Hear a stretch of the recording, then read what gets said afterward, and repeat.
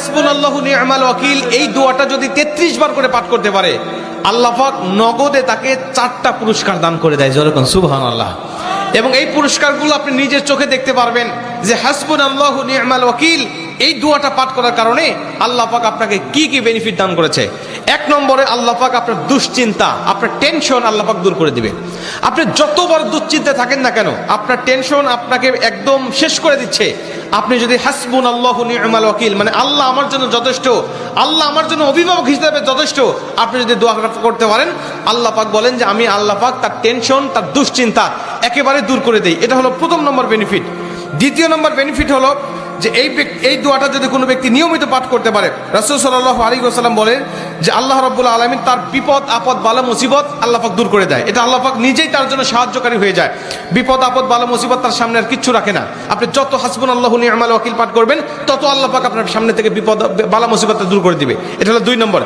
3 নম্বরে নবীজি সাল্লাল্লাহু আলাইহি ওয়াসাল্লাম বলছেন, যে ব্যক্তি হাসবুনাল্লাহু নি'মাল ওয়াকিল বেশি বেশি পাঠ করবে, আল্লাহ রাব্বুল আলামিন সে যদি কারোর দ্বারা জুলুম শিকার হয়ে থাকে, সে মাজলুম, তার উপরে কেউ জুলুম করেছে, তার উপরে কেউ কষ্ট দিয়েছে, তাকে এই কষ্টটা সে পেয়ে আল্লাহ পাকের কাছে হাসবুনাল্লাহু নি'মাল ওয়াকিল পাঠ করেছে, আল্লাহ পাক বলেন নিজেই আমি ওই মাজলুমের পক্ষে হয়ে যাই, জালেমের বিপক্ষে আমি আল্লাহ নিজের অবস্থানটা দাঁড় করা দেই। যেরকম সুবহানাল্লাহ। ভাই, আল্লাহ যদি আপনার পক্ষে দাঁড়ায় যায়, আপনার কিছু লাগে? আল্লাহ যদি আপনার জন্য সাহায্যকারী হয়ে যায়, আর কিছু লাগে? আপনাকে কোন জালিম আপনার উপর জুলুম করছে, আপনি হয়তো বা সেই জালিমের কাছে আপনি কিচ্ছু না, একেবারে তুচ্ছ, কিন্তু আল্লাহ তো তার থেকে অনেক বেশি শক্তিশালী। আল্লাহ পাক বলে যে আমি তখন ওই মাজলুমের পক্ষে দাঁড়া যাই, ওই জালিমের বিপক্ষে দাঁড়া যাই, আমি আল্লাহ আমার নিজের মতো করে আমি তখন বিচারটা শুরু করে দেই। যেরকম সুবহানাল্লাহ।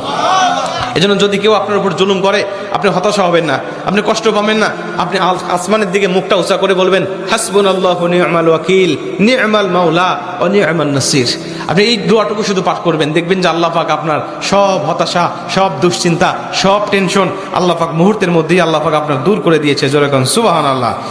এবং 4 নম্বরে রাসূল সাল্লাল্লাহু আলাইহি ওয়াসাল্লাম বলছেন যে তাকে আল্লাহ পাক দুনিয়া এবং আখিরাতের কল্যাণগুলো আল্লাহ পাক তাকে দান করে দেয়। দুনিয়াতে যত কল্যাণ, যত খারাপই আছে এগুলো দূর করে দেয়, কল্যাণগুলো আল্লাহ পাক দান করে দেয়। আবার আখিরাতের যত কল্যাণ লাগবে, আপনার সব কল্যাণগুলো আল্লাহ পাক আপনাকে দান করে দিবে।